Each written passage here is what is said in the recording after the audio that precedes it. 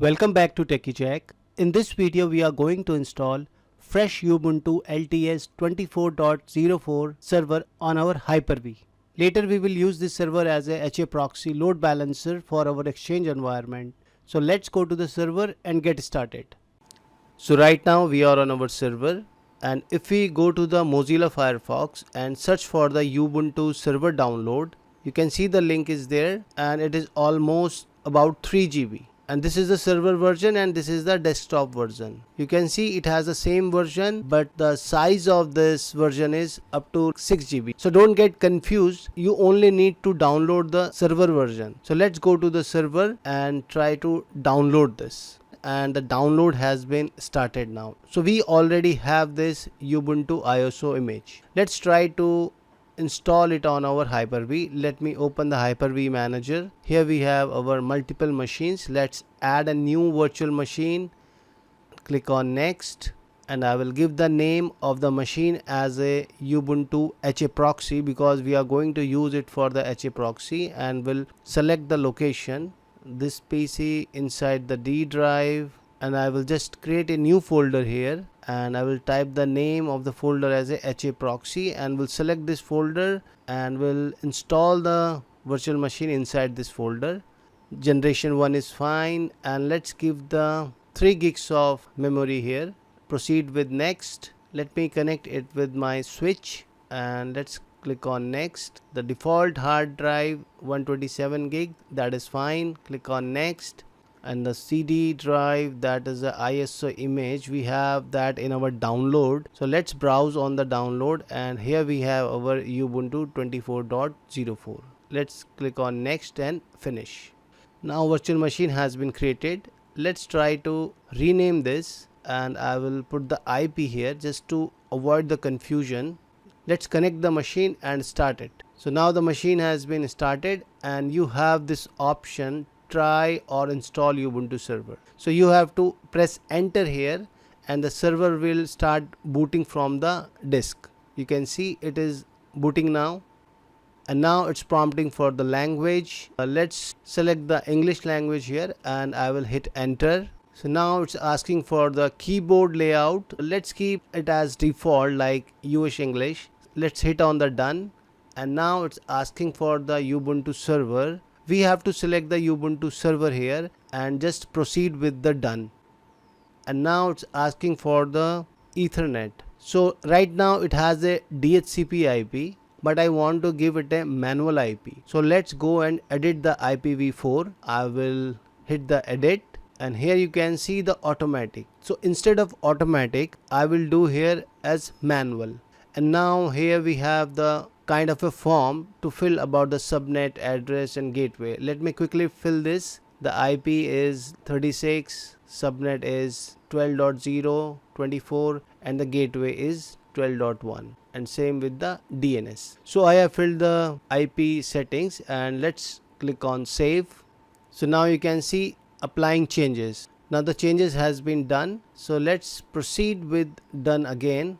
Now it's asking for the proxy address. If you are using any proxy address, you can use it, else we are not using any, so we can just proceed with the done. Now it's saying the mirror address. Click on continue. Talking about the storage, we are not going to create any other partition. We are just keeping the things as default. Let the OS handle it itself. So let's click on done again. So now it gives the summary of a file system. Here you can see the boot partition is for the 2 GB, and whatever the other partition it has created, it's providing you the summary about that. So let's proceed with the done. Okay, now it's asking, are you sure you want to continue? So I will select the continue option and will hit enter.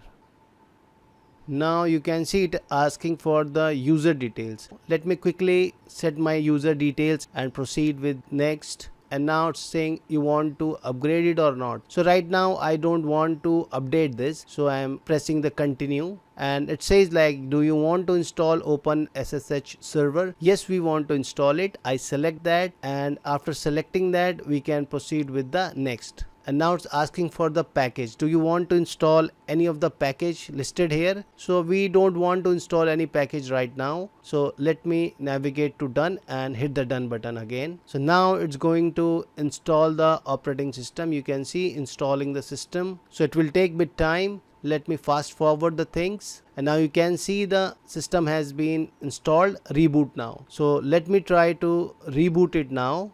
So it's rebooting now. So while it is rebooting, you can see the disk is still there, and here we have a failed unmounting CD-ROM. Now you can see the disk has been ejected automatically by the operating system. We can just reset the machine here and it will start booting from the disk. And now you can see after reset it has started booting from the hard drive. So let's try to log in with the Jack user we have created while installing it, and you can see we are successfully logged in with the Jack user. If we try to connect with the PuTTY, I can try to access the 36 IP for this machine. You can see we are able to connect with the PuTTY as well. So let me accept it, and if we put the username and the password, we are logged in. So here you have a kind of a small summary. Let me enlarge it. Here you can see the load of the system, memory, and the IP address and the usage. So this is a small kind of a summary of your server. Let me clear the screen. You can run this command sudo -i to make yourself as a root user. So sudo I, the username, Jack, and password for the username.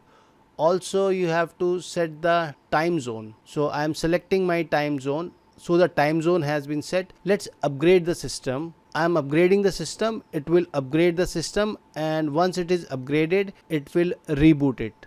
And after reboot, once it is back, we can just restart the session in the PuTTY, and if we hit the restart, we can connect it back again. So now you can see we are connected back again. Let me clear the screen again, and now let's check the things. We have set the time zone perfectly. Server is now patched and secure, accessible via SSH, and ready for the roles like web server, HAProxy, etc. I hope the video was informative. Let's meet in a next video. Thanks for watching. If you enjoyed this video and want to see more, don't forget to subscribe and ring the bell icon to get notified whenever I post new content.